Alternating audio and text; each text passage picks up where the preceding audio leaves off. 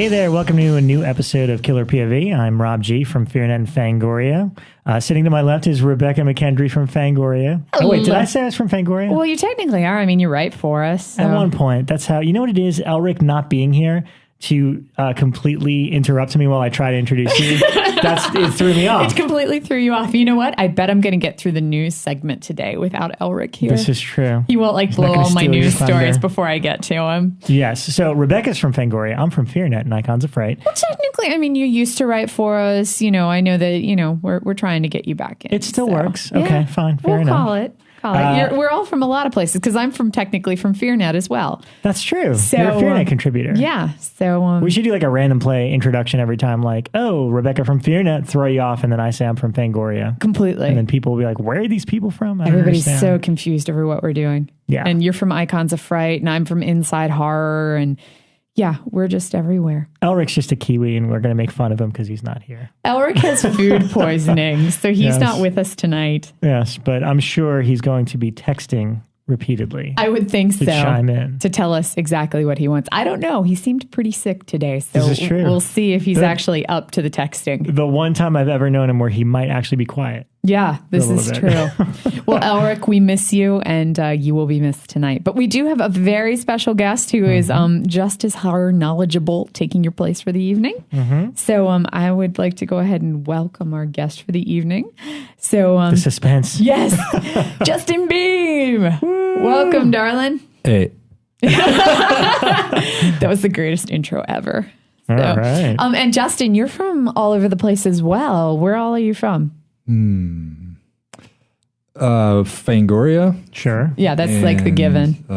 I've done a little bit of stuff for Horror Hound even recently. I did a couple articles in there and a little bit of traveling with the famous monsters of Filmland. And now doing a bunch of stuff for Shout Factory and Anchor Bay and the Halloween universe and all that stuff. Awesome. Yeah, Justin gets around, but he's an awesome guy. I'm an easy date. So I am glad to have him on the show tonight. Right on. And actually, this is the first time that Justin and I have ever met in person. Which is absolutely crazy. It's weird. We've tried. I've known of him for a long time and travel in the same circles and all, but... And we talked online, through messages and all that. It's one of those weird things. But it's a pleasure. Yeah, likewise, man. Thanks, guys. And just correct me if I'm wrong, but I know you're kind of embedded in the Halloween universe. Did you run the website at some point, or what was your Halloween connection? Yeah, I'm working with Trancas International and Compass Pictures, the production company behind the Halloween franchise. Right. And that began... long story short, I guess, that began a number of years ago, maybe 3 years or so, when I was working on an article on the Halloween 4 through 6 story arc, actually for Fango. I was going to take it to Chris. And as I was doing it, I realized there was more of a story there. And that led to me, I was interviewing Malik Akkad, who's the producer now behind the franchise. Yeah. And he and I hit it off really well, and we started talking about some things. And one thing led to another, and we started a charity together. And that sort of, all that opened the door to me running the website, the store, and all that, which led into me doing... the book now, right? Yeah, the book. And then last year doing the theatrical re-release, supervising, and all kinds of stuff. Wow. So, yeah. And have you announced the convention yet? Yes, this year. He has year. a big convention coming up this year, too. Yeah, November 15th. I'm glad you said that. I would have forgotten. I should have a little list here. You have too much stuff going on. I'm glad ridiculous. I'm here to keep up with you. Thank you. It's November 15th through the 17th in Pasadena. It's the 35 Years of Terror.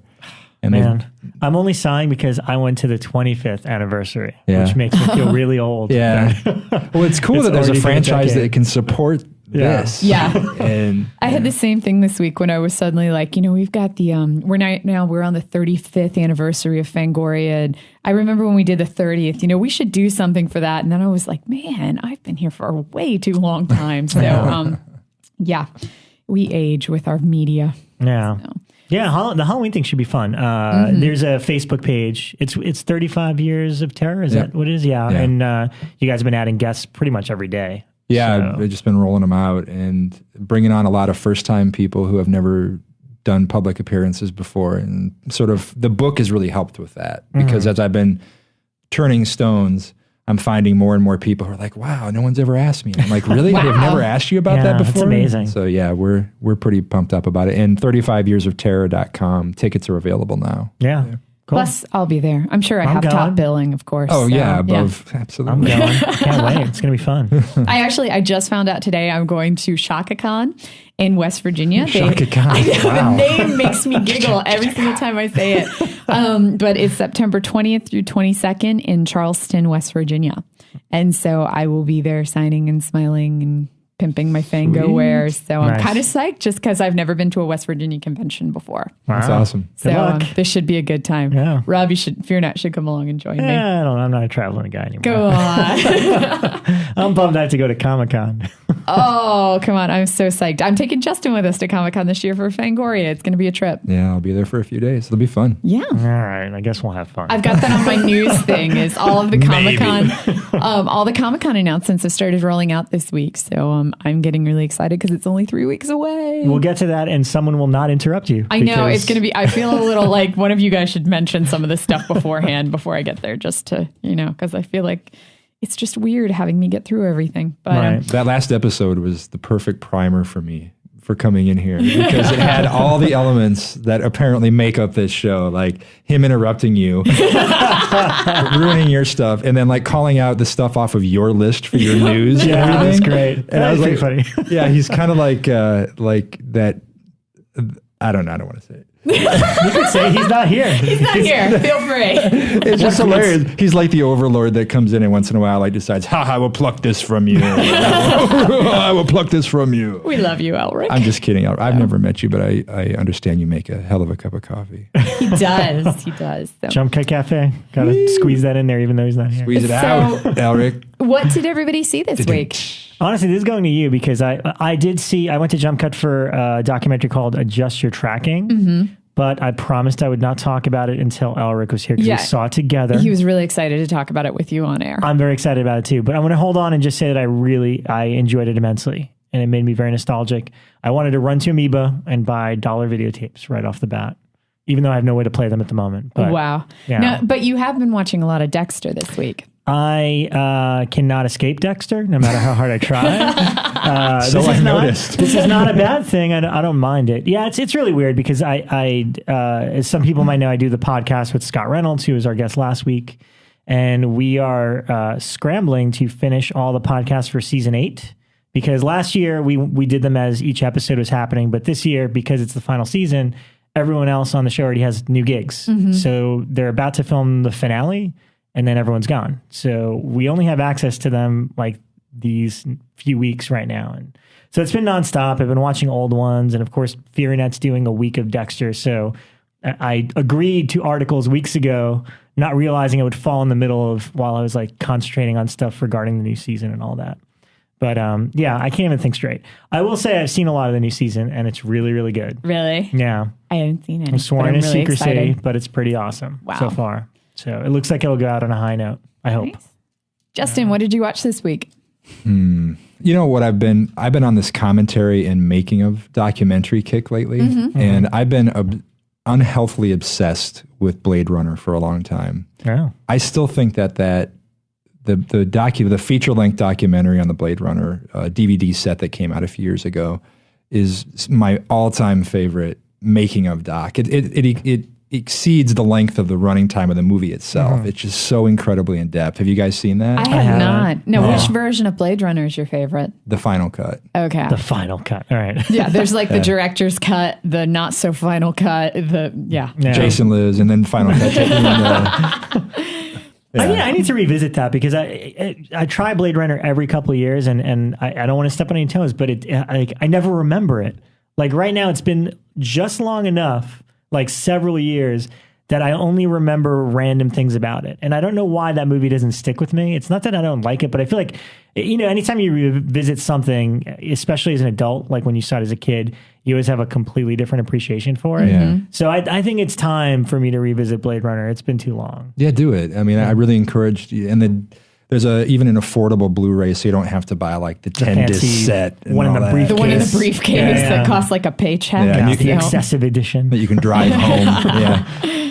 And it's affordable, and it looks and sounds absolutely amazing. But I mean, the documentary, I'd almost recommend for you, especially given your interaction with cinema and everything, watching that making of before going back to the film again, and then re-experiencing it through those eyes, because it will deepen any love for the film, and I think it will maybe convert someone who might not be completely in love with it now. Oh, so I haven't seen it in a long time either. I need to go back and watch it again too. Yeah, it's pretty crazy. It's great. And the only other thing I watched this week was Dracula 3D, Argento's Dracula. The 3D. Whole thing? Do you have it on DVD? Crap. I do. Oh my gosh! Did you get a screener copy? Yeah. Because I need to watch. Okay, so my weird affair with Dracula 3D. So originally, weird affair. It's an affair. So years ago, it was premiered at AFM or Toronto, American Film Markets here in LA. Was that the whole thing, or was it like a chunk? Yeah, right. It was a chunk. But what they did is they called me up and they were like, "Becca, we want you to come preview Dracula 3D and prep it for the audience and talk it up and everything." And, do like this whole thing, and then we'll go into the movie, and then afterwards you can talk about it a little bit more. So I go and I spend, a good like 10 minutes talking about how brilliant Argento is, and then the 20-minute chunk plays. And then I have to go back up and spend another 10 minutes talking about how brilliant that film just was. And I had never seen it before at this point. And I'm like, and the praying mantis, and oh my gosh. So you're saying it's not good? What you saw? I only saw a tiny little clip, and that was 2 years ago. And there were parts like where I think it was supposed to be an owl attacked a girl. There were just claws, and it would say like "image not complete" at the bottom. Yeah, it was like the Chillerama screener that we saw at Comic-Con, where these little drawings appeared. Like instead of a giant sperm, it was a little drawing. It was surprisingly cute. That sounds like it might be funnier. It worked well. It was rather endearing. I was like, it could stay like that, and I would be amused by it. No, and like the praying mantis looked really bad. So, but Rutger Hauer is like Van Helsing, right? Is that who it is? In the version, I can support that. I don't know. From just the clip that I saw, and we'll let Justin talk about it in a sec, it looked like he was kind of chewing the scenery. So, okay, Justin, he does it. How is the full length version? I love Argento. And I love it. All right, let's preface it with I love Argento. Sounds like a speech I gave. So that said, no, I honestly try to avoid reviews of things before I go to see them, and and that's part of why I love like having print media. Part of why I love Fango, because I will never read about something before seeing it, and then I get to go dig in with my experience first, referencing and all this. And so I avoided it, but I heard the negative, all the feedback on the film and all that, and I bought the score for it. I ordered it from Claudio, actually from over at Deep Red, overseas, and it comes with this cool DVD and all that. And the score is gorgeous. Claudio Simonetti's score is stunning, and so I fell in love with that before the movie. And actually, a full year and a half before even seeing the movie, I had the score. And so finally seeing it. And I have to say, is it his best? No. Is it his worst? Absolutely not. It stands above, in my mind, like, do you like Hitchcock and Phantom of the Opera and a couple of those, later day. And honestly, I like it. It has a sensuality to it that I think he plays really well, which he's not really known for that. But there's an undercurrent of sensuality that really works in this, and Dracula is brutal, like like beheading people, slitting throats, brutal. Like it's so it definitely delivers on that front as well. Maybe it was just the clip I saw that delivered really poorly, because in the 20 minutes that I showed, there was this scene of Dracula just running around the castle screaming, and it was very awkward, and it made the audience laugh out loud. I think that there's a bit of a herd mentality with that too, and that's what I think this film has suffered from because of its limited screenings over here in the States. Is that everyone has laughed at not the grasshopper scene, the praying mantis scene as well. When you see the praying mantis come up the stairs, the audiences that I've seen it with have always laughed. Yeah, all I can say is it's better than what people are saying about it, and I think that there's some really interesting tweaks to the story in there, like the relationship between Renfield and this girl who is the first victim of Dracula, as she sort of becomes his concubine in a way. And then she and Renfield have this really cool relationship that is something that I've never seen done before with that myth and that story rather. And it's a pretty film. I mean, the mantis, it is what it is. The CG in it isn't top notch, but it's not like Asylum. So what about like the color palette? Like, because I actually like Giallo, even if it wasn't an Argento. Like, if it was not an Argento movie, I would just think it's a wacky movie and like it. Didn't one of our friends write that? Yes, Sean Keller. Oh, that was it. I was like, somebody I know wrote that. Okay. I watched it with him and he was apologizing the whole time. And I was like, don't, Adrian Brody's amazing in this. Wow.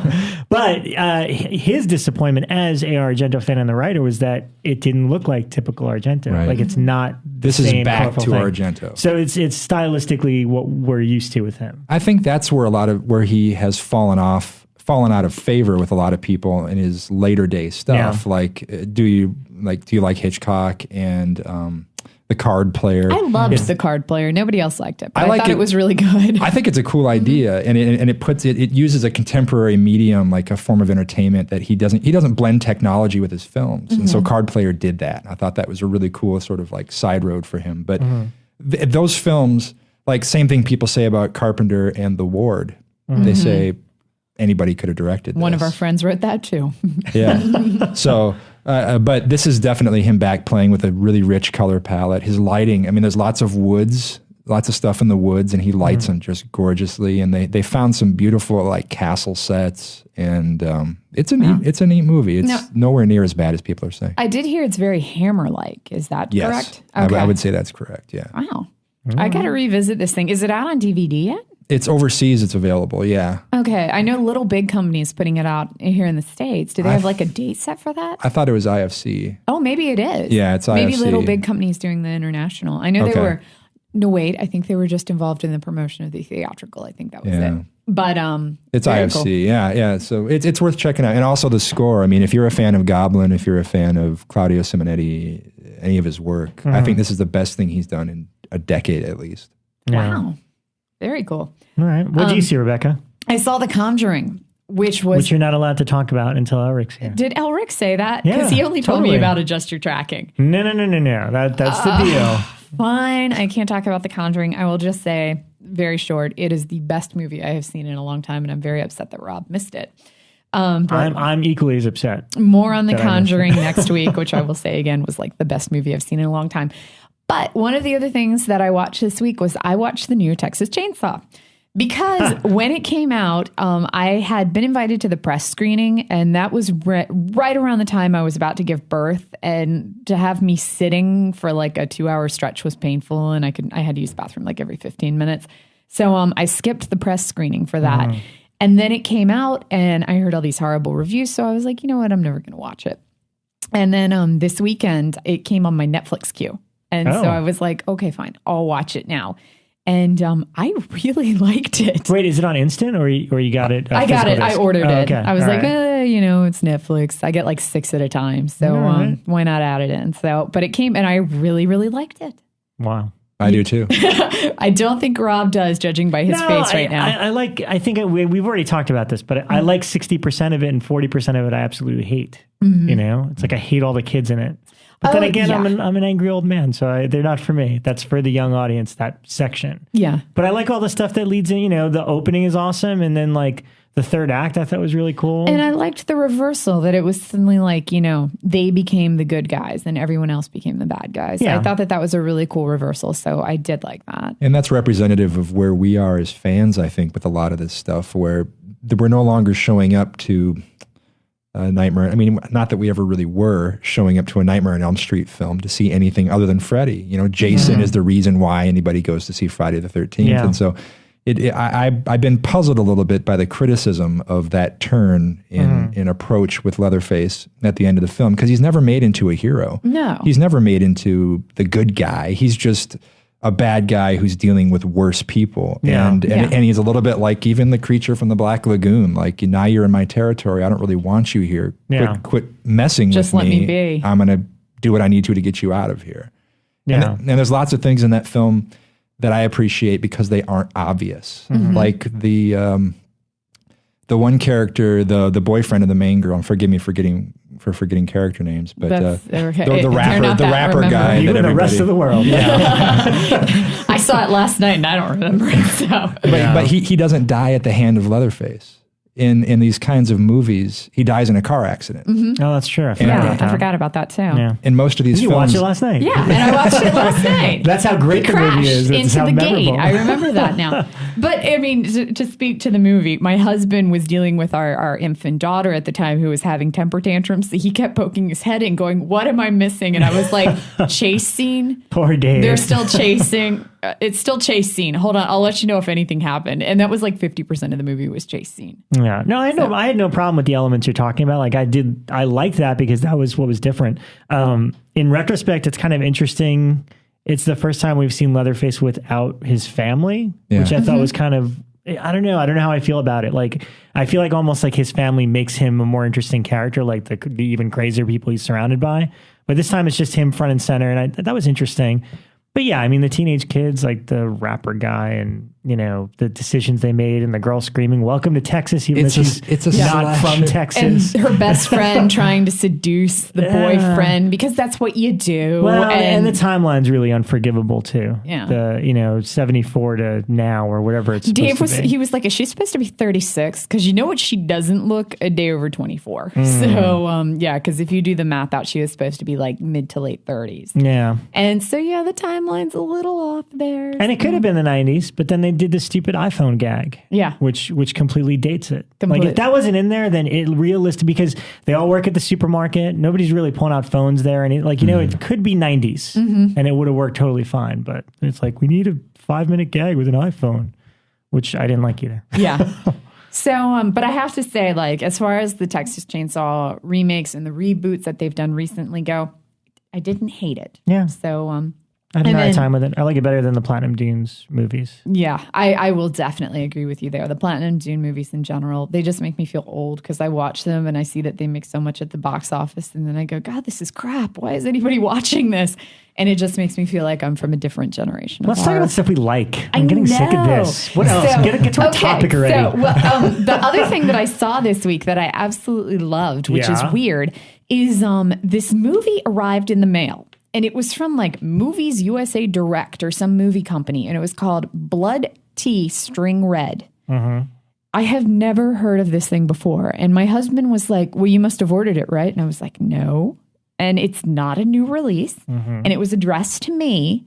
But it wasn't addressed to Fangoria. It was just me. And we have no idea where it came from. So we were like, okay, let's put it in. It's puppets. The whole movie is puppets. And it's about, I don't know if I would even call it a horror film, but it's scary as hell.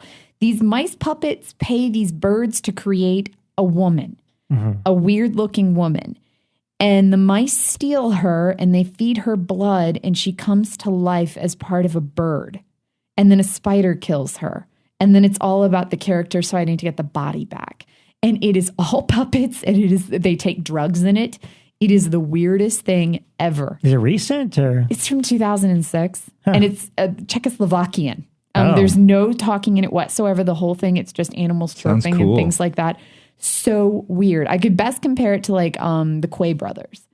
But I have no idea where it came from or how we got it or who sent it to us. Here's the mystery. Readers, let us know. Did you send Rebekah this movie? Somebody send me this movie? Because it was surprisingly interesting. Like Dave and I watched the whole thing and it was one of those things where afterwards we were just like, whoa, that was so twisted, but I loved it. So someone out there sent it to me. It was just so weird. So our theme this week, we are camping. Oh, boy. Yeah. We are discussing camping horror films. Well, somebody in this room went to the Great Horror Camp Out. Oh, yeah, they did. So Justin, how was the Great Horror Camp Out? Dirty. Really? Dirty, Sounds like camping, all right. Yeah. It was because the website for it promoted it as this sort of rustic Friday the 13th type experience. Even the graphic, the header on the website was a guy like Jason with a bag on his head standing in front of the woods. And you get there and it's in a lot. I heard you guys talk about it in the last episode. I mean, it really is this lot outside of Chinatown, downtown LA, and there's like 4 trees and 3 bushes, and people paid $150. I mean, my friend was very kind and gave me a ticket that someone had abandoned in his group because he had 4 people to a tent, and instead of just letting it burn, he's like, "You want to go?" And I'm like, "Sure." Okay. And then I had to sign like 8 waivers, and it was kind of cool. There was an element. Did somebody try to pull you out of your tent or something like that? Yeah, there was you didn't really go to your tent much. There was a point after, so there was a scavenger hunt that was the heart of the whole event. And you're supposed to collect items of varying degrees of like how hard they are to come across. Some you had to earn, some you had to please like a monster in some way, like douse yourself in enough blood and the spider gives you a thing and stuff like that. And they're all actors dressed up in different areas. Each area is based off of a creature of myth. So there's the Mothman, there's the Bigfoot, there's yada yada, voodoo area, and all these things. So you had 4 hours to go and collect all this stuff, and then if you got all the different items from each level as prescribed, the next morning you were given what they call the golden ticket, which gave you complete access to their haunted hayride event all through October as many times as you want to go. That was the big prize. But after like 2 hours, there were no items left to be found in this area. Like you would go through these zones, and some of it you were climbing through like rusty buses and RVs. You're going through windows and climbing through like metal pipes, and like it was. I mean, you were signing a waiver for a reason, and you were living inside Resident Evil for all intents, is what you were doing. And but then you still had. It was like midnight, and everyone's looking at each other, going, "What do we do now?" Because there's like there's nothing for us to get here. None of this sounds appealing to me. I'm just throwing that out there. Well, there was a screen that was showing movies all night. All right, that was kind of off on the side. Yeah, but they played all this coolest movies like Sleepaway Camp 2 and all that, like during the hunt when nobody was over there. So by the time you get there late at night, it was like Mama and other stuff that you're like, this isn't camp. What are we watching this for here? So, but then. So around 2 o'clock or 3 o'clock, they say, everybody back to your tents, chill out for a while. There was a bonfire you could go hang out at. And so I went back to the tent and just decided to lay down for a little bit because I was really tired.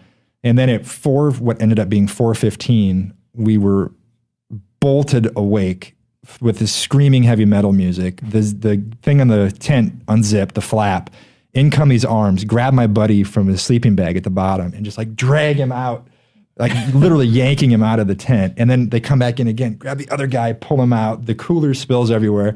I was on the side. I mean, it was horrible. Like you're paying money to be terrorized by people. Yeah, you are. And I mean, and that's what everybody was so excited about all night. Like, what do you think's going to happen? And so for me, I didn't get pulled out of the tent, but throughout the event during the scavenger hunt, they have these actors that could come up to you, just grab you and put you in a jail cell. Or they could put a bag on your head, throw you in the back of a van and drive off and put you somewhere.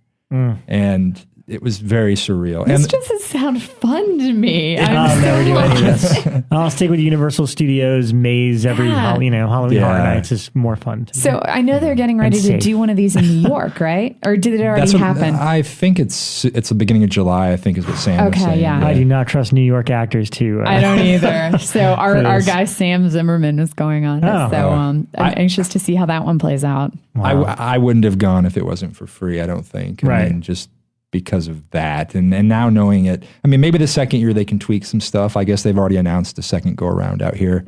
But yeah, it was, I was exhausted and filthy the next day and hungry and just. Wow. Yeah. So that's the Great American Camp Out. It was great. It was American. Yeah. What? Sounds American. I never went to summer camp when I was a kid. Neither did I. Because I was anemic and asthmatic and pasty, and I never really went outside much. I went to Latin camp, but was inside with fellow pasty asthmatic kids. So I was going to start by asking you guys what summer camp is like, because all I know of summer camp is what I've seen in movies. I've never been. I'm similar to you in the sense that I'm just scared of other children. So still scared of other children. That, and I snuck all those early horror movies, and I knew better. It's like bad things happen when you go to the woods. Did you go to summer camp? I went to camp, but it wasn't summer camp. I was a part of a program through the YMCA called Indian Guides, which now has been renamed something PC. And it was a really cool thing. And they had it for boys and girls. And it was you and your dad, and you were part of a tribe, and you met just like Boy Scouts for all intents, minus the Jesus stuff and plus a lot of nature awareness and things. So it was it was a really cool thing. And once a year we'd have a camp out that usually was at early fall. And so it was the transition period between their summer season and then the fall. And it was Camp Wapsie outside of Marion, Iowa, in Coggin, Iowa, is where I went. And we had the cabins. I mean, it looks just like Friday the 13th or like Sleepaway Camp. I mean, it was so perfect. And we would tell stories. There were like monsters of myth that were just part of the backwaters that sort of ran up there. And we go canoeing, and it was an absolute blast. I have nothing but fond memories about it. It was incredible. I feel so left out because I never actually experienced it. Just as far as I know, all camps, everyone goes to make out and, run from killers. Well, I think summer camp probably would be way cooler than this. I mean, this was a pretty grounded camp experience where you're like with your dad and you're like, all right, now let's learn how to start a fire. But summer camp is all, I would imagine. According to The Burning, summer camp is about a lot of things. But, here, this helped me hone my love for writing even, because I started writing these series of stories about a creature that I had concocted that lived in the backwaters of the Wapsie River that ran through there. And I would go to these camp things and write them and read them to the kids there. And then I'd take them back to school and like sell copies of it to the kids in school. Oh man, you're like making money back then. Yeah. I was selling like Pearl Jam bootlegs for to my high school kids. So that said that I've never been to summer camp, I absolutely love summer camp horror films. And since it's the first week of summer, we thought it was a great way to kick this off. Yeah. So Rob, what are some of your faves? All-time favorite. Well, it's funny because actually I've been sort of dropping hints that I've been already doing this. Because I just wrote a piece for FEARnet, which were my 6 recommended summer slashers. Nice. Because again, I'm seasonal. Yep. So I mentioned a few weeks ago I saw Just Before Dawn. That's when I was breakout for the summer. Last week I saw Return to Sleepaway Camp. Sleepaway Camp's my favorite, but I was explaining, and I don't know if you heard, Justin, but like Return to Sleepaway Camp, I vaguely remember it. I think it's a vile piece of trash, and that's exactly why I love it. Everything about it. It's one of the most vicious movies I've ever seen because of that. And I don't know if I mentioned, but the one time I did go to summer camp was to be an extra in Return to Sleepaway Camp. You're an extra in it? Yeah. I'm one of the camp counselors. No way. That's why you like it. I do. Well, part of the reason. But actually, I think I was cropped out of the final version because I saw an early rough cut where it was like, I don't know my widescreen terms, but way more widescreen than it ended up being. So you don't see me in the final one, really. However, in the opening, when they're explaining... There's kind of like an opening montage to the credits with like newspaper articles about, Angela being caught and all that. And if you look really closely, it says Sheriff Rob Galluzzo is the one that brought Angela in and had never seen anything like it before. So that was a fun little nod that Jeff Hayes, who was one of the producers on that and ran the Sleepaway Camp website, tossed in there for me. That's awesome. So there's cool. But the 2 that I mentioned in my art, I mean, Burning and Mad Men are obvious ones, so I'm going to skip that. But the 2 that I kind of want to push, The Tripper, which is David Arquette's directorial debut. Oh my gosh, I have stories to tell about that. But yes, Good. Continue. Well, I mean, you know what? It came out.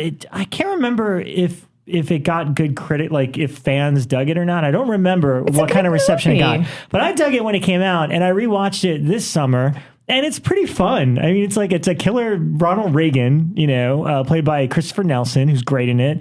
And then it's like, David Arquette appears in it, Lucas Haas, Jamie King, Jay Muse, Paul Rubens is like the sleazy like club promoter. I mean, Pee Wee Herman in anything just being vile and cursing, I'm all about. Thomas Jane is like the sheriff. There's like an amazing cast in it. There's pretty good kills. And, it's a silly movie, but it's kind of what I think summer camp horror movies could be like. And it's not camp, they're going to a concert, but it's still in the woods and it's in summertime. So I don't know. I think it's a really fun movie. And I think it's got cult classic written all over it because of all the people that are in it. It's like, I'm surprised more people aren't discovering it now. So The Tripper is the one. And the other one I was mentioned, even though it's not summer camp either, but I think it takes place in the summer, is Dave Parker's movie, The Hills Run Red. Yes. Which is just such a cool, underrated slasher flick. Gets me in the mood for summer. Love the killer baby face. I wish more people would check it out. And anyone listening to this, it's only like $6 on Amazon. I will buy you a cup of coffee if you do not like this movie, because it's only $6. And it's a really good one. I have to say, Dave did a great job with it. Dave Parker sat next to me at The Conjuring, and he screamed just as much as I did. Wow. Yeah.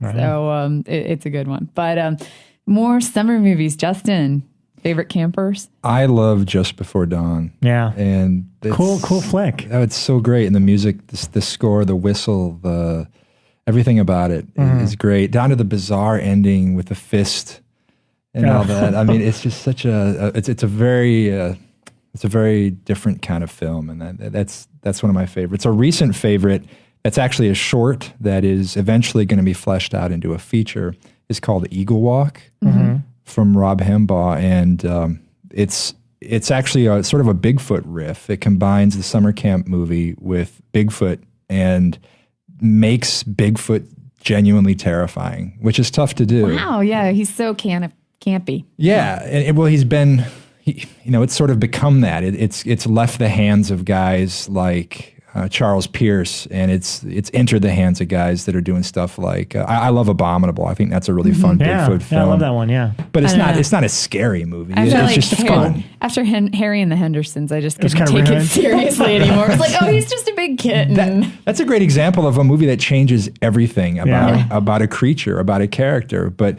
what Rob, the director here, has done with Eagle Walk is he manages to make this thing absolutely terrifying. And I remember I saw it at a film festival last year, and it was my pick for the entire festival. Just it's fantastic. So I'm sure you can find it on YouTube. If not, it's playing at film festivals around the country and stuff. But I feel like Bigfoot's going to make a comeback, because Bobcat Goldthwait's new movie is supposedly pretty good. Yeah, I heard that. Willow Peak, I think it's called. Yeah. And that's a Bigfoot movie. I'm anxious to see it. I love Bigfoot. It's hard to take him seriously anymore. So. I was terrified of Bigfoot as a kid. Me too. You'd see like really? I'd catch those specials on whatever channel, and like you'd get that 2-second blurry footage, that famous shot. And I'd be like, oh my God. So I was terrified of it because, they keep seeing like this creature out in the woods or whatever. And then I saw Harry and the Hendersons, and I was like, oh, he's so cute though. Yeah. I saw Harry and the Hendersons really young. We had the clamshell of it at my house. And so like anytime somebody would mention Bigfoot, I'd be like, oh, I hope they find him. He looks like he wants to give hugs. So, yeah. Sleepaway Camp is my all-time favorite, though. Yeah, it's pretty on the great. camp movie front. That one. It's such a unique movie in so many ways. The story is so weird, and the twist ending really has nothing to do ultimately with motive, it's just like it's a very different kind of thing. Completely. But you never forget it. Never. Yeah. And it's one of those, you just can't recapture whatever they did with that movie, as the other 3 films prove. Right. I like them for different reasons, but Part 2 is such a blast. Part 2 is like an all-out 1988. It is the epitome of its time, and it's just a rock and roll full of nudity and hardcore violence and puns. It's like, and it combines Leatherface, Freddy, and Jason all in one film in a way. Yeah. And it's got Springsteen and Estevez, and it's just got so much to offer. That's pretty crazy. I remember that one opened with her sticking a girl down a toilet that was filled with leeches. That happens later in the movie. Yeah, okay, that's later in the movie. Okay, why do I remember it at the beginning? But I remember that being like my favorite scene when I was a kid. Like the leech scene is coming up. Well, because she was also kind of like a despicable character, if I remember correctly. So Completely. it was almost like her getting her comeuppings. Yeah, you wanted her to get covered with leeches. Yeah. You're a shitty friend. Yeah, there you go. Yeah, now that you mention it, I feel like Sleepaway Camp 2 is kind of the epitome of summer slasher movies. It's like it's got everything that you'd expect from it. Humor, teenagers, sex, violence, awesome kills. And it has that weird, like one of the most memorable sex scenes from one of these types of films, where the girl, like it comes in on them and they're going at it. She's on top of him. They get done. She gets up. She's getting ready to leave, and she's like, "Hey, you don't have AIDS or anything, do you?" Yeah. It's like, and he's like, and he just looks at her like, "What?" After the fact. And then she's like, and then she walks away. And I'm pretty sure, like on the commentary, the kid that she's having sex with was like underage, so it couldn't really be him. Yeah. So on the shots of her naked, there's another dude there. Yeah. So that poor actor didn't even get to like make out with this hot chick in the scene. Well, yeah. That is great. So my picks for this round, I went with Piranha, the original one. Okay. Yeah. Like the 80s one, just because I absolutely loved that one when I was a kid. I thought it was amazing. I also went with Pumpkinhead, which isn't really a camping movie. It's a group of kids in a cabin, but I just love kind of the desolation in the Appalachian area, which is where I'm from. So it was kind of set in my home turf. And I just love Pumpkinhead. And then my big favorite camping movie you guys are going to laugh at is Ticks. Oh, yeah. See, Justin has seen it. I don't think I've ever seen Ticks. Okay, see, I keep trying to get Elric to watch it, and he won't. He just makes fun of me and is like, oh yeah, Becca, I'm going to watch Ticks. Let's do it. Let's sit him down. We're going to force him to watch Ticks. When he came up with the idea of doing the VHS screenings, where we get to do our pick of VHS screening and screen them at Jump Cut, I told him I was going to do Ticks. The ticks in it are awesome because Greg Nicotero and Howard Berger did the effects. So all the effects are amazing. It stars Seth Green, Amy Dolans, and Alfonso Ribeiro. And Alfonso Ribeiro plays a tough street kid named, I think his name was Suicide. And he raps in it. And it's about this group of kids. Oh, and it's also got Clint Howard in it. And it's about a group of kids who are all like troubled street kids, like Seth plays this one Seth Green plays this kid who's like really introverted and writes poetry and doesn't get along. He's pretty much like the emo cutter of the 80s. And Alfonso Ribeiro is this tough street kid who doesn't have parents and, lives by the gun and everything. And so it's this youth group gathers up all of these kids and takes them to the woods. But what they don't know is that these pot farmers up the mountain are using steroids on their pot plants to make the pot grow quicker. And it's infecting the ticks, and the ticks grow to epic proportions. And it is so campy, but so fun. And the effects in it are just so good. So I like bug movies. Yeah. I just bought, what's the one that Scream Factory put out? The Nest? The Nest. Yeah, I'd never seen it, but I blind bought it. That was a lot of fun. And it was good. Yeah, that's a good one. That's kind of, I remember that one being really grotesque. Now, if you're a fan of Piranha, you got to chum up with Mike Williamson. Because apparently the TV version of it has like slightly alternate or additional scenes.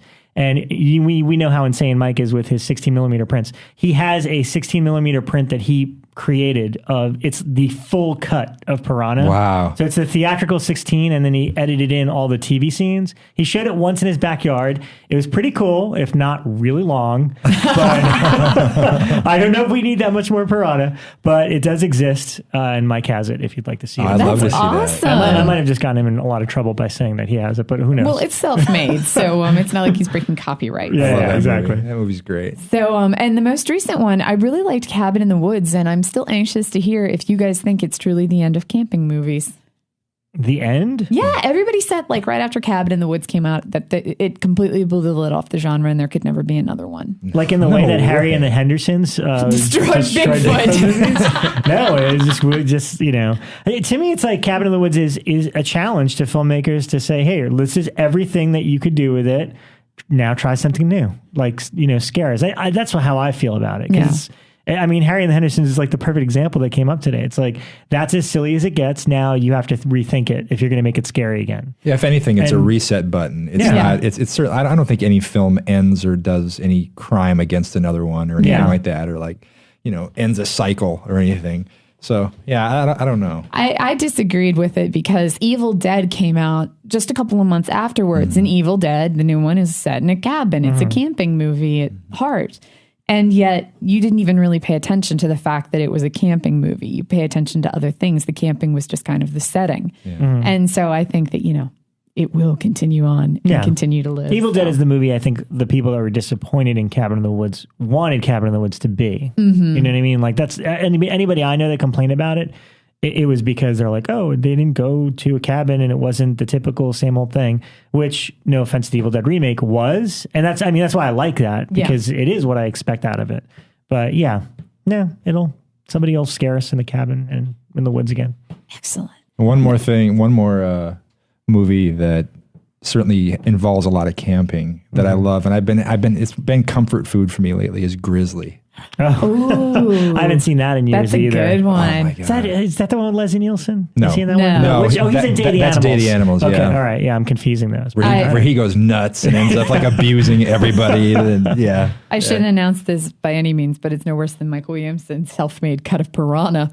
I have a copy of Grizzly too. Nice. So, which was never released, and it does not have the Grizzly in it. They kind of wheel out the statue because they hadn't put the effects in yet. So, really, yeah, the Grizzly sequel, the rock concert one, where yeah. they were. We ended up with a bootleg copy of it somewhere. I'd like to see that. It got passed to me at a convention once, so it's not. I mean, like it's a completely unofficial one. It's just like on a VHS. Oh yeah, because it was never in any way. But hilarious. Mm-hmm. Yeah. Excuse me as I cough. So Rob just mentioned that he saw The Nest this past week, and that is one of the Scream Factory discs. And you have been doing the special features on all these Scream Factory discs, on some of them. Yeah, I mean it's mostly Michael Felsher who's been. I mean, he's the guy dating back to the early days of like Anchor Bay's revolutionary, full on like Day of the Dead, Dawn of the Dead. I mean, he's been the guy on so many things over the years. And now, of course, he's at Scream Factory because they're the guys who are definitely carrying the ball at the moment for this and making everybody else jealous, I guess, for a lack of a better term. I said it before, they're the criterion for horror fans. Totally. They're giving those films. I can't believe how good some of those look. I mean, one of the ones you worked on that I wanted to bring up was The Town That Dreaded Sundown, which I know I talked about on one of our shows, but the reason I like it is because, first of all, the restoration on it is amazing because I've only seen crappy bootlegs. And it's funny because my roommate's not really a horror fan, and he walked in while I was watching it, and he's like, this movie has no right looking as good as it does. I agree with you. You're absolutely right, but it does. But I actually wanted to commend you. I thought the commentary was pretty terrific. Justin moderated the commentary with, who was it? Dr. Jim Presley. Who wrote a book. He's a historian on the case. He's been covering it. He grew up there, and his dad was actually in law enforcement when this happened in another county. And he wrote for the newspaper and did this series over the course of about a year and a half or something back in the 70s on it, and has become sort of the definitive figure. And when I couldn't find anybody from the cast or crew that was alive or available to do a commentary, we already had Andrew Prine and Don Wells on camera doing stuff. So I just was like, this is one of those movies that it like Zodiac, it's telling a true story. It accentuates some things subtly throughout because there's a lot of conjecture about we don't really know what happened when he was alone with these people and stuff. But it not tweaked into the point of being absurd or anything. It never steps over the boundary into gratuity in any way, and in a way even handles it with some respect. And so I thought taking a historical look at the picture, the fact versus fiction and all that was might be an interesting way to go. So. Yeah. And I mean, had he done it alone, I don't know if it would have worked because sometimes his memory is a little fuzzy and he probably would have been quiet a lot, but I appreciated you as a moderator for constantly keeping it going. And not only that, but bridging, you seem to have a vast knowledge of the true case that he knew about and the movie. So it was a nice volley back and forth between you kind of being like, well, this is what happens in the movie and how they did this, but then this is in real life. But was that true? And then you know what I mean? Like, I feel like you interviewing him made it a more worthwhile commentary than had he been there by himself. Just talking about the movie. So I commend you on that one. I appreciate it. I don't know if it's as entertaining as my Ninja 3 commentary, but that's a whole other You do story. the commentary on the Ninja 3? Yeah. I'll tell you this, though. I never saw Ninja 3 until the day before the commentary, because Michael asked me really last minute. He's like, I got the director and the stunt coordinator. And I'm like, all right. And I watched it the night before, and I've never been more excited in my life because I couldn't believe what I was watching. I was oh my God, in 12 hours, I get to watch it with the director and ask him what he was thinking.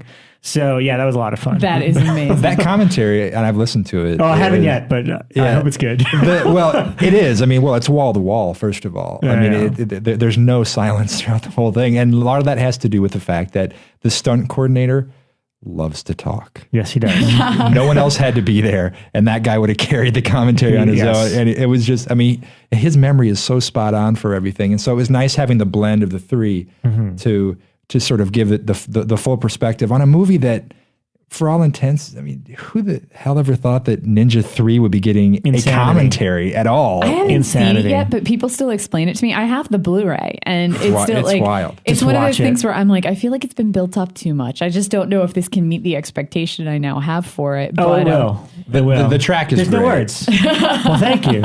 Let's pat ourselves on the back some more and pat Rebekah next too. What can we compliment her about? I don't what know, commentary guys. did you do? I need to do a commentary track. I've never done one before. Well, I want to talk a little John Carpenter because I have a fun John Carpenter story. But first, Justin, what John Carpenter titles have you worked on? Well, we did some stuff for Prince of Darkness. Right. I did some on-camera interviews for that I think people are really going to dig. And cover's great. The artwork they got for it. And you get, when you pre-order from them, it's only like $18 at the site, and you get a poster with it. Yeah. Which is another cool thing that these guys do, because it's like they know when they have a good cover. Yeah. And so that's the one. They're running with that. And then right now I'm in the middle of Body Bags. Cool. Ooh. Putting that together. And, Nice. And that's been a lot of fun putting that whole thing together, and then onward from there. Yeah, that's amazing that I again, with the Criterion comparison, like treating Carpenter's films that way, which they deserve to be treated, because, and I think In the Mouth of Madness is coming up, and not from them. Correct.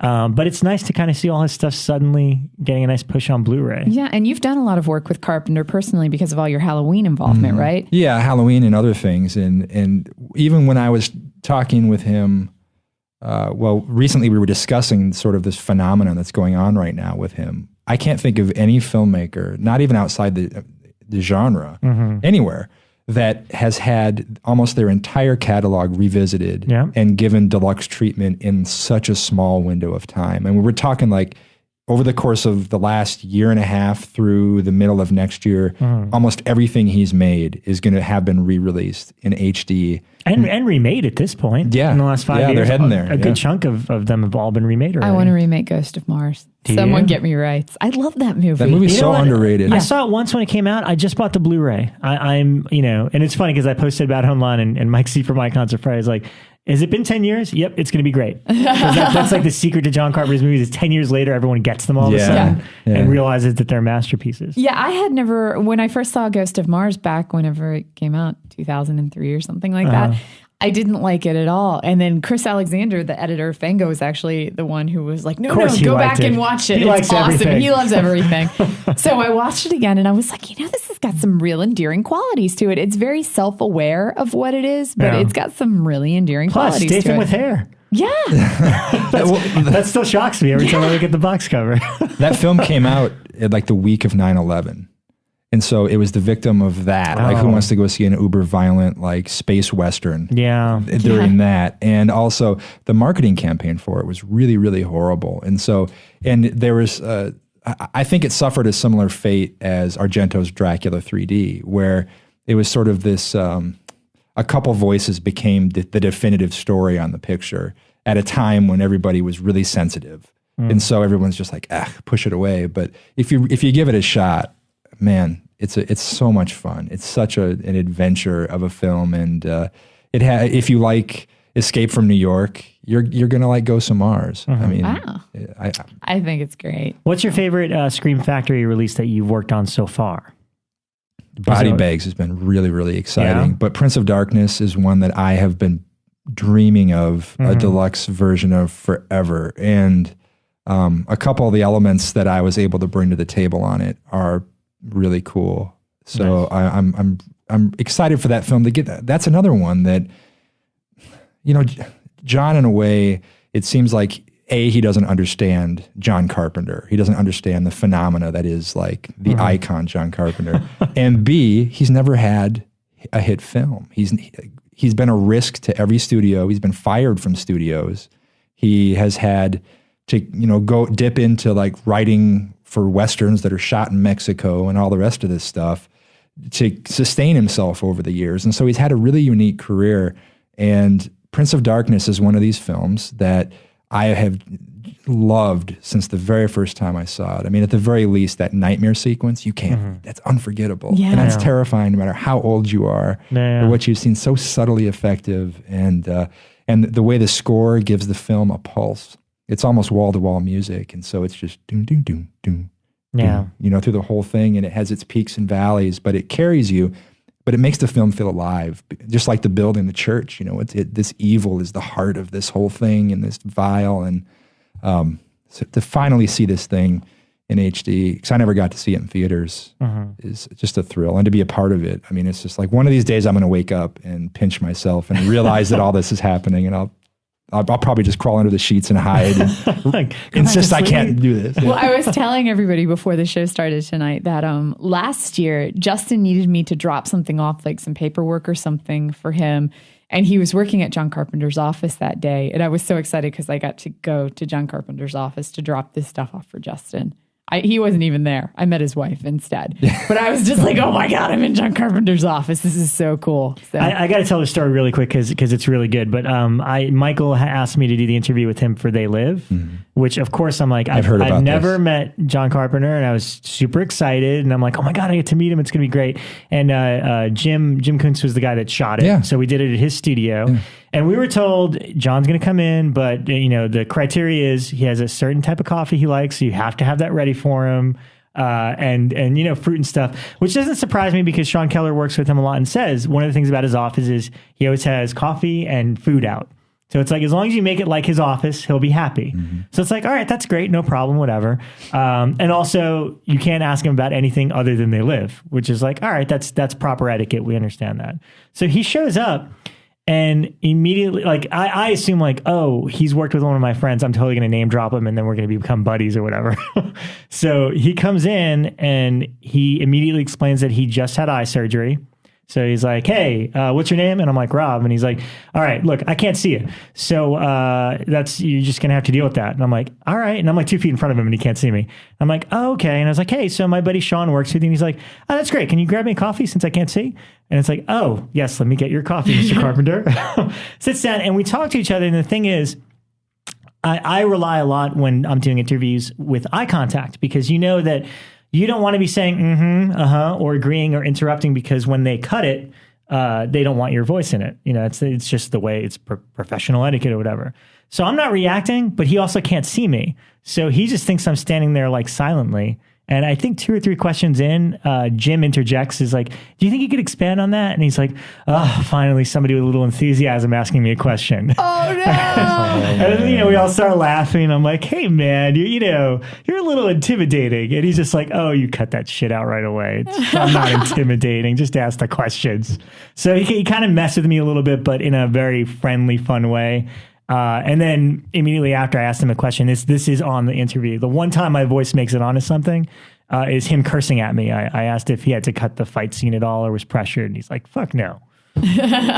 So very blunt and to the point. So yeah, it was great. So I enjoyed him mocking me. I'm sure if I met him again, he wouldn't remember because he couldn't see me. But that is my John Carpenter experience. And I'm glad it came out so well. Yay. So, and we just released at Fangoria, we just released the John Carpenter special edition, which just reminded me because Rob has it right in front of him. I'm looking at it. And it's beautiful. like largely written by Justin Beahm. Yes. Yeah. We're like celebrating you this whole episode, man. It's mostly written. Like I have an article in there somewhere. No, there's so much great stuff in there from everybody like on the team. And that's what these Legends issues are awesome. But this one it's incredible. We're almost sold out. I'm pretty psyched. Like I've set aside like 100 copies to take to Comic-Con, but we're running really low. On that first day when you announced it on fango.com and then I shared it and I was just watching because you can look on the site and see how many are left. And it was just like 5, 6, 7. I mean, it was like they were just disappearing. Wow, that's awesome. It was really something. So hit us with news, Rebekah. We got some news going on. So the biggest news this week is not happy news. Horror lost one of its greatest visionaries. Richard Matheson passed away. Yeah. You guys will know him in Please Interject Stories because he's gotten so many. His most well known is probably I Am Legend, but I was a huge fan of his Twilight Zone episodes. Oh yeah. He also did some of my favorite Star Trek episodes. Stir of Echoes is another one of his, which I love that story. So probably one of the most influential writers in sci-fi and horror in general. I would think everyone that we're a fan of would mention him. So there are still so many moments when I'm like watching Outer Limits and I'm like, God, that's a good episode. Who did this? Oh, Richard Matheson, of course. He was just everywhere. Yeah, and everybody who he ever dealt with, like writers especially, they all felt so personally touched by him. Yeah. There's a lot of people that you meet and then you walk away going, that was cool. That was neat meeting him. But then there are people that you carry with you and you're like, man, I'll never forget when he said this. And that set me on a path or whatever. And I know Del from Dark Delicacies was really close with him and really found him to be sort of a teacher in a lot of ways, as a writer, as in a lot of things. And he put a really touching tribute to him on Facebook when the news broke of it. But he's one of those people that just had this way to touch people with, not just with his work, but also himself, how open he was to everybody around him. Wow. It's amazing. So yeah, definitely a major horror legacy that we lost this week. Also up, let's see, they've announced a new Resident Evil movie we'll be filming this fall. I'm not sure how I feel about this, but Paul W.S. Anderson seems to really like doing them. So Somebody's watching them. We let him keep going. I'm so done with it. I mean, I only watched the first one and I've seen bits of the other ones. What are they up to, like 5 now? Yeah, I think this might be, I don't know. The last one was like cartoon. There was a cartoon that got released at some point, or maybe not. Maybe it was like entirely digitized, or just it looked like a cartoon. It's like the Fast and the Furious films. I had no idea there was more than one. But and I now like there's 6. those. And like the new one is like the highest grossing film in the last 10 years or something. I'm like, and James what? Wan is going to be directing the next one. Yeah. So Go James. So crazy. So, but I like the Fast and the Furious films. The Resident Evil films, I tuned out after the Vegas one. So the one that was set in Las Vegas. Is there one in space yet? There probably will be. I just remember the ad. It might have been last summer or whatever. I can't remember. Whatever the last live action one was, where it was like this desolate like poster. And I think the tagline is something like the battle begins. And I'm like, you're in the 5th freaking movie and the battle hasn't begun yet? Like, are you kidding Maybe me? it's a new beginning. What's going on here? Speaking of camp movies, it's a new beginning. or maybe the next one's in the hood. Yeah. Let's hope for that. Resident Evil goes to college. Unbelievable. So, but yeah, anyways, they're doing another one. Daniel Radcliffe's horns has been held up again. News has been leaked that the company that is doing the effects, New Breed, is having some major problems. Apparently, like, people aren't getting paid there. They're kind of, really struggling. And so horns has been backed up a lot. Gotta wait on horns. Yep. Let's see. Rick Moranis, it looks like he's going to be joining us for the 3rd Ghostbusters. I'll believe that one. Why Yeah, not? I know. The one that I keep hearing is like holding it up is Bill Murray. So, Obviously, but just do without him, or just don't. Just, you know what? Just don't do it. Yeah, they've been talking and about tired of doing this. this for like 10 years now, it feels like. Like, I feel like I've been hearing this forever. It's Chinese democracy. It is. It's the Chinese Not democracy learned of the from- film world. Have we not learned from Indiana Jones and the Kingdom of the Crystal Skull? Just let it go. Oh, and I have a quick news bit, just because I was surprised by this today. But Scream Factory is putting out Psycho 2 and 3 Yes. in September, which I'm very excited about. Exclusively on their site, you can get a bundle with Psycho 2, Psycho 3, and Psycho Legacy, my documentary. Nice. And it's cheaper for the 3 directly from Shout Factory than it would be on Amazon. So That is awesome. if you didn't pick it up yet, please do. I actually had a friend on Facebook be like, "Oh my God, I'm so excited! Your documentary's finally coming out." And I'm like, came out 3 years ago, but Yeah, thanks. but now it's with- But now you could buy it. Yeah, now it's big. So. Yeah. Did anybody see World War Z? Not yet, but I hear it's actually kind of cool. Yeah, that's what I've been hearing too. That's what I've been hearing as well, is that it's actually, as many critics kind of panned it to begin with, it's actually been getting a decent amount of good fan feedback. So Yeah. I was just having this conversation with somebody about that who did see it and they loved it. And I said, the only negative reviews I've heard are from people who haven't seen it yet. Yeah, People so who it's- say, it's PG-13, I'm not going to go. Like, Whatever. Whatever. go see it. Go see it. I'm I'm gonna check it out anxious this to week. see. Yeah, I'm hopefully sure. going to get to see it this weekend. And otherwise, let's see here. Comic-Con's coming up, so we're starting to get news on that, but I don't have anything cool yet. Dear God, Lord help us. Rob hates Comic-Con. I've never been. Are you serious? You've Listen, never been? I don't go camping. I don't go to Comic-Con. I'm people phobic. Have you not gotten this yet? I can't- totally You do not do. want to be at You Comic-Con. remind me of my husband in that sense, where you're just not a talker. You'll talk to your friends, but you just aren't too good Yeah. with hanging out with It's a good thing you're on a show. If I'm with people that I like, it's no problem. But yeah, no, I have to go to Comic-Con for work. Now, are you going to be on the Forced. floor this year? Because there's a big difference between like hanging out outside and going to the bars and the parties and hanging out in the Wired Cafe, or being on the floor with 200,000 other don't. smelly, I will say comic this. fans. I will do whatever FEARnet asks me to do because that is my job. I am going to make you bring me something at the Fangoria booth just so you have to come onto the floor. We'll see about that. You need to at least once. Come on, Justin and I will be there all weekend. All right. So Brian's going to be in there too. Our Really? board You op. coming, Brian? He looks excited. Yeah. Comic-Con. So every year I get so excited for Comic-Con, and then by it starts on Wednesday night for us because we have to do a preview night on Wednesday. By Thursday morning, I'm like, okay, I'm done. And then I have another 4 days to go. But I'm always so excited getting up to it. So right now I'm in my excited phase. So I am going to try to get that Jason, the Jason figure that looks like the Nintendo game. Yeah, that's the only thing I'm excited about. Who's putting that one out? Is it Sideshow? NECA, isn't it? NECA, yeah. Oh. It's pretty awesome. It looks exactly like, and it comes in a box that looks like the Nintendo packaging. Oh my gosh. Yeah, it's the same size and everything. Like you just flip it open and there he is. And I will fight you effers for that. They should make a Michael Myers one of those. And the Leatherface. Remember the old Leatherface Atari game? Yes. That'll be rad. We used to have the Friday the 13th. I think it was the Nintendo game, or was it the Atari? It was just ridiculously boring. That was Nintendo. Okay, yeah. It was impossible. You couldn't even get like to the second board. And you don't want to. Yeah. You lose interest immediately. Yeah. I will say the music kicked ass. And I actually had my editor on Sega Legacy find me the music to the Friday the 13th Nintendo game as an MP3. Cool. Wow. So I can listen to it regularly. We used to have... I'm not the only one. Somebody back me up. The Atari 2600 that my parents used to have, we had the Ghostbusters video game, which was actually really cool because you went through 3 different scenarios where you first were trying to trap Slimer. Oh, yeah, and then once you trapped him, you had to drive. It became like Night Driver. Yeah, and you couldn't cross, you had to bring the guys together. At the end, And then you had to, trap. It was actually a really cool one. And then if you beat it enough, you'd have to defeat the Stay Puft Marshmallow Man. Yeah.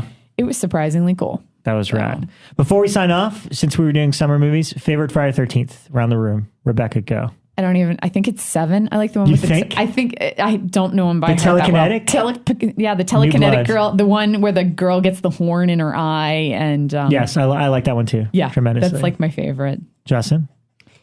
That's so hard. I really love that series so much. Me too. And I think I watch 1 and 2 more than any of the others. I love Jason Lives and Ultimate Jason, you're talking about. So it's so tough. I guess I'll just say 2. Okay. I'd go with 4. I mean, that's the fan favorite. 4 and 5, believe it or not. Wow. I like they're it. both I'm actually good. wearing a new beginning t-shirt now. I didn't even realize. He is. But yeah, I like those too. No, I know. There's a weird reckless. And I had to say, and a lot of people disagree with me on this, I really like Jason in Space. It's fun. It's ridiculous, but it's fun. I just love the head and the liquid nitrogen and smash on the counter. I will never forget seeing that in the theater, and everyone in the room, by the time it was over, was just like, what? And then there's that moment where the guy they're flying outside of the ship and you see the guy come and grab Jason and they're like holding on to each other, flying through space. And it's this sort of pseudo romantic moment with Jason, and everyone in the theater was just like, what is this? That's how I saw Jason Takes Manhattan in the theater, and I remember kind of the same, like, really? I like that movie, though. He punches a guy's head off. I know. It's like Grizzly. The Grizzly punches a horse's head off. Jason punches a guy's head off on top of it. Yeah. They're all so good. And I'm pumped about that Blu-ray set.